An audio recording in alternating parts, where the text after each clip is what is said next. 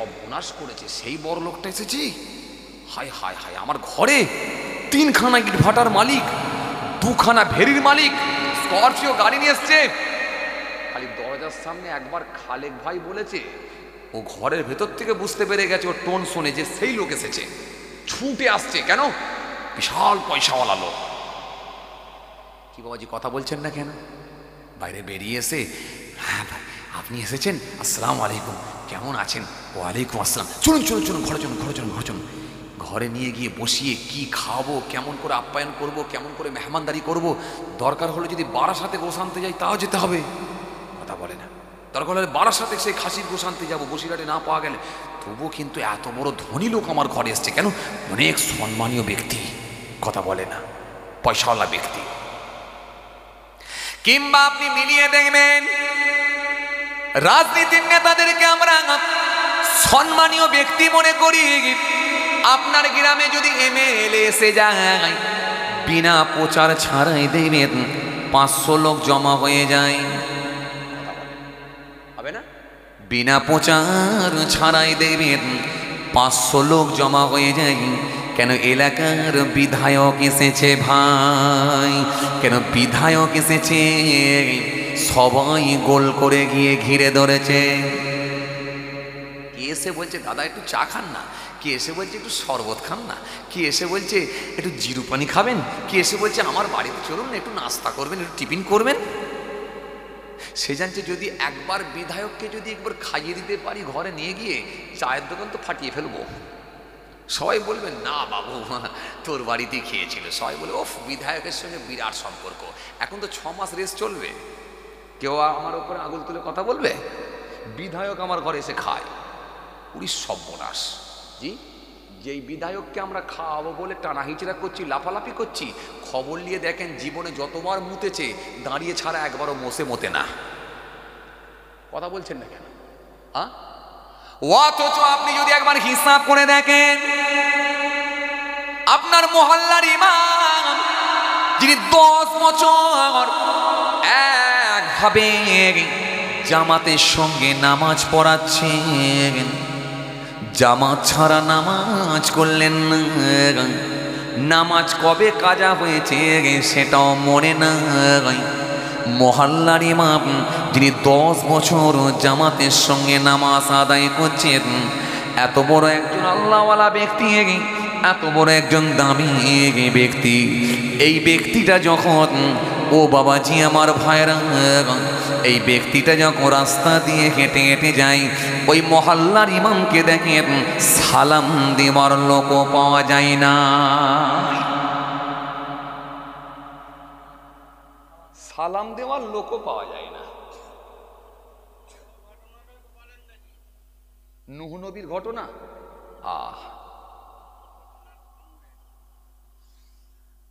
উনি আবার ঘটনা শুনবে। আচ্ছা ঠিক আছে, আচ্ছা ঠিক আছে, এখন দেখি যেটা হচ্ছে এটা হয়ে যাক একটু, তারপরে যদি সময় থাকে দিচ্ছি। আসেন খেয়াল করে কি বোঝাচ্ছিলাম বলুন তো।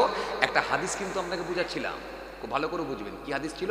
আইয়ুন নাসি আকরামু ক্বালা আকরামুহুম ইনদাল্লাহি আতকাকুম। নবীকে জিজ্ঞাসা করা হলো, হুজুর সম্মানীয় ব্যক্তি কে? নবী বললেন ক্বালা আকরামুহুম ইনদাল্লাহি আতকাকুম। এই হাদিসটা কিন্তু আপনাকে বুঝাচ্ছিলাম। বোঝাতে বোঝাতে আমি এত দূর চলে এলাম। কি বলছিলাম? আপনার মহল্লার ইমাম, যে মানুষটি 5 ওয়াক্তের নামাজ জামাতের সঙ্গে আদায় করছেন, আলহামদুলিল্লাহ 10 বছর ইমামতি করছেন, কিন্তু এই মানুষটার গুরুত্ব আমরা কতটা দিতে পেরেছি?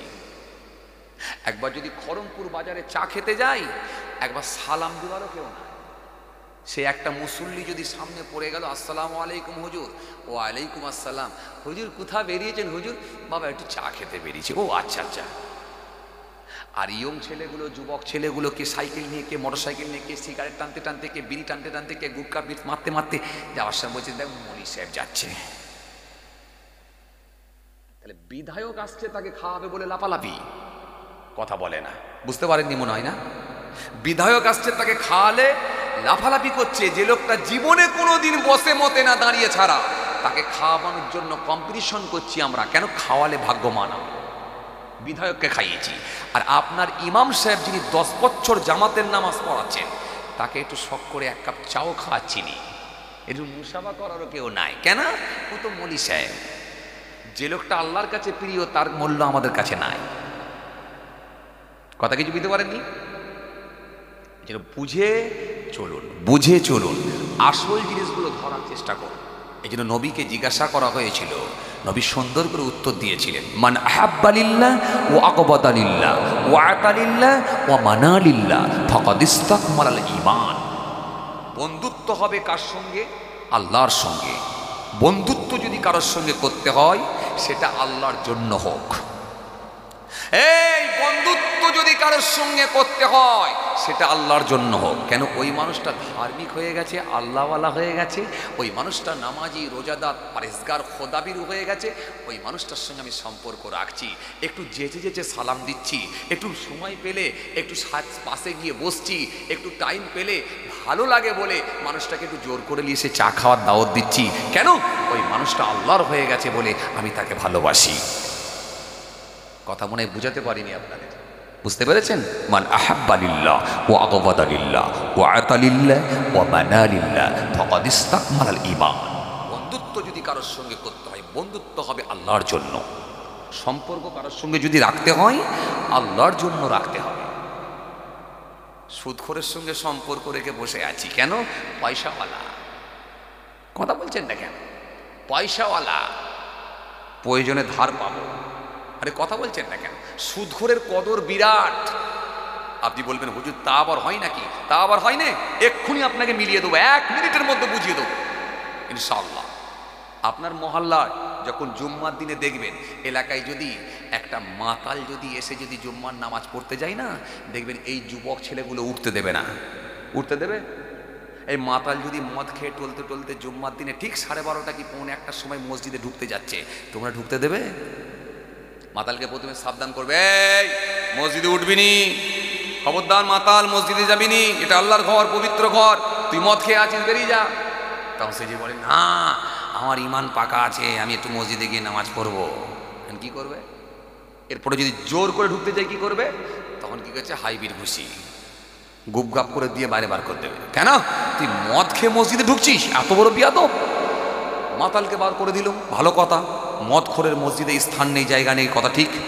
কিন্তু কিছুক্ষণ পরে দেখা যাচ্ছে একটা ব্ল্যাক কালারের স্করপিও নিয়ে এলাকার সব থেকে সুদখোর এসে ঢুকছে, সাদা পাঞ্জাবি, সাদা পায়জামা, সাদা নাইটের টুপি পরে। যখন সিঁড়ি দিয়ে এবারে মসজিদে ঢুকতে যাচ্ছে, তখন সামনের থেকে ছেলেগুলো বলছে, এই সরে যা, সরে যা, দাদা আসছে। তাহলে খারাপ কে? সুদখোর না মদখোর? না, ওরা খারাপ নাই, খারাপ আমরা নিজেরা। আমরা কাউকে পজিশন করে দিচ্ছি আর কাউকে দূরে সরিয়ে দিচ্ছি, এর জন্য আমরা দায়ী। এর জন্য আমরা দায়ী। বলে বুঝবেন না, রাগ করবেন না, যে যেমন ব্যক্তি তাকে সেইভাবে কদর দিতে হয়। এ কথাই আপনাদের বোঝাতে চাইছিলাম, এ কথাই আপনাকে বোঝাতে চাইছিলাম। আমি ছোট ছোট করে বলছি কেন? আমি আপনাকে বললাম লম্বা কাহিনী ঘটনা বলছি না এই কারণে আপনাদের উপকারে আসবে না। এই জন্য ছোট ছোট করে 2-4টে হাদিস বলছি, আল্লাহর কোরআন বলছি, যাতে করে আমাদের উপকারে আসে। কথা কিছু বুঝে আসছে? ভাইরা আমার, বন্ধুরা আমার, সাথী মহব্বতের ভাইরা, কি বলছিলাম তাহলে? মান আহাব্বা লিল্লাহি ওয়া আগবাদা লিল্লাহ ওয়া আতা লিল্লাহি ওয়া মানা লিল্লাহ ফাকাদ ইসতাকমালাল ঈমান। তাহলে বন্ধুত্ব যদি কারোর সঙ্গে করতে হয় সেটা আল্লাহর জন্য করো, আর কারোর সঙ্গে যদি সম্পর্ক ছিন্ন করতে হয় সেটাও আল্লাহর জন্য করো। আমি একটা লোকের সঙ্গে ক্লোজ সম্পর্ক করেছিলাম, একেবারে অন্তরঙ্গ, একেবারে তার মধ্যে আর আমার মধ্যে বিরাট আন্তরিকতা ছিল। কিন্তু আমি যখন জানতে পারলাম লোকটা লটারির টিকিট কেটেছে, তখন থেকে কিন্তু আমি সাইড। আর কথা বলছেন না কেন? তখন থেকে আমি সাইড। তাকে বললাম, ভাই এটা চরম অন্যায় করেছো।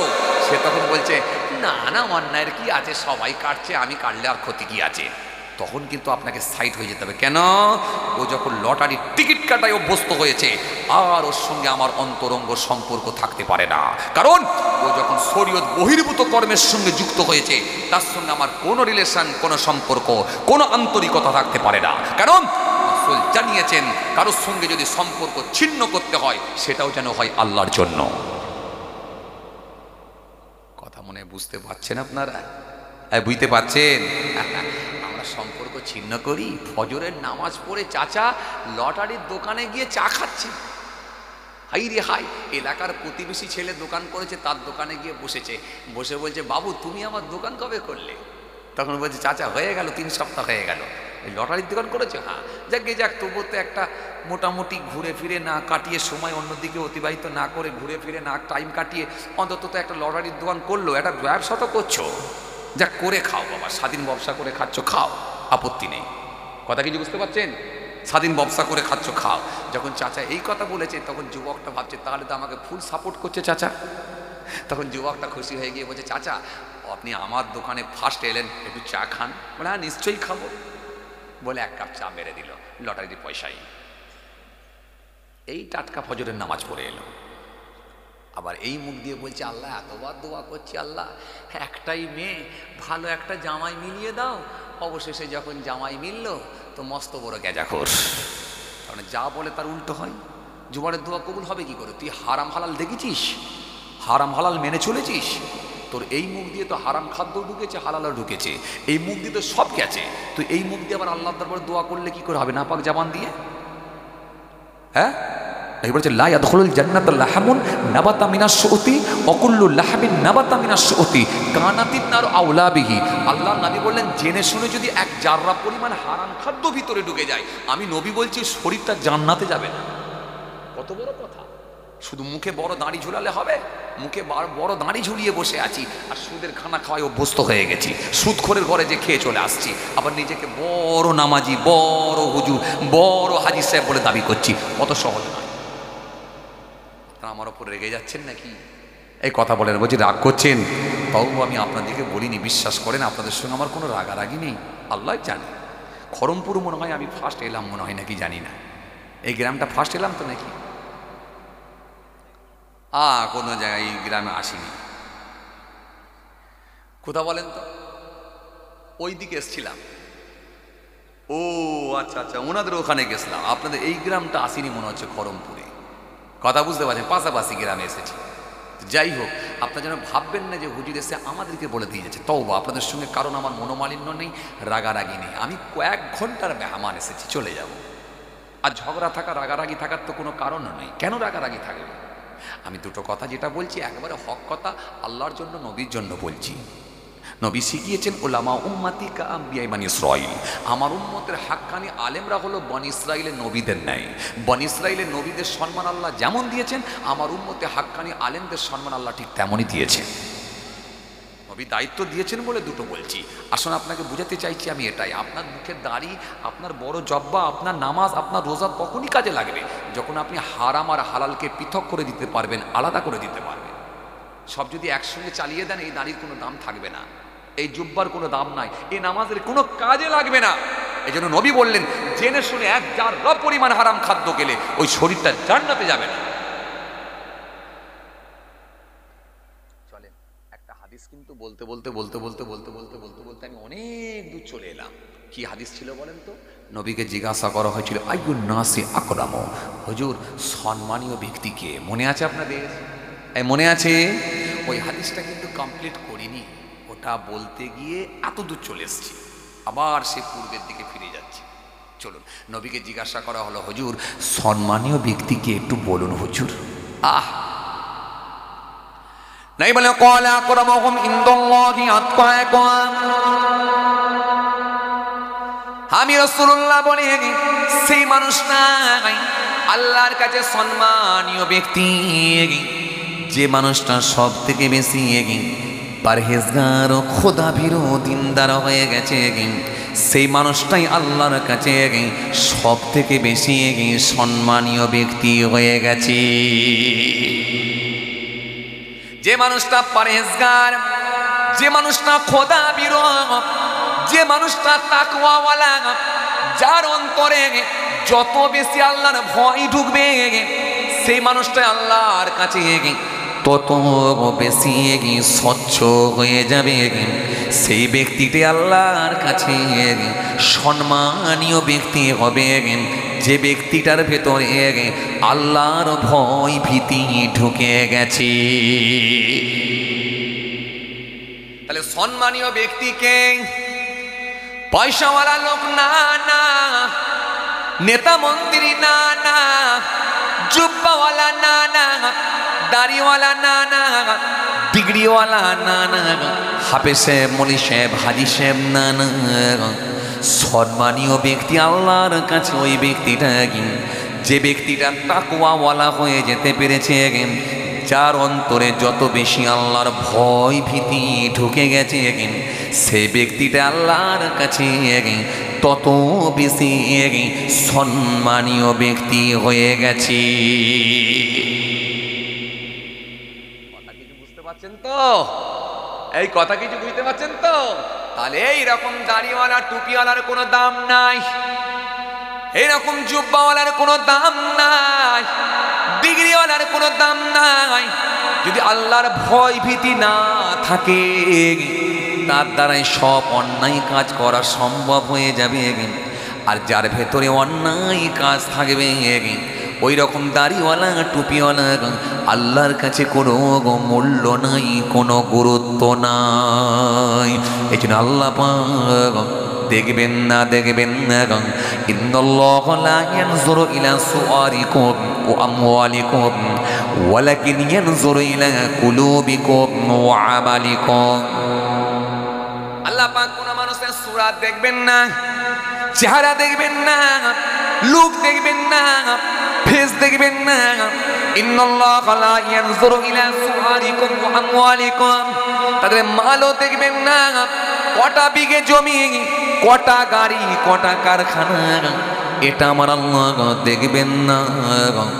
দেখবেন কেবলমাত্র ওয়ালাকিন ইয়ানজুরু ইলা কুলুবিকুম ওয়া আমালিকুম, দেখবেন কেবলমাত্র মানুষের অন্তর আর কর্মটা দেখে নেবেন, তার ভিতরটা কেমন ছিল, কাল্পটা কেমন ছিল, অন্তরটা কেমন ছিল, এটা আমি আল্লাহ দেখে নেব। আর পৃথিবীর জমিনে আমার সন্তুষ্টির জন্য তার কর্ম কি ছিল, এটা আমি আল্লাহ দেখে নেব। দুটো জিনিসের উপর আল্লাহ ডিসাইড করে জান্নাত জাহান্নামা ঠিক করে দেবে।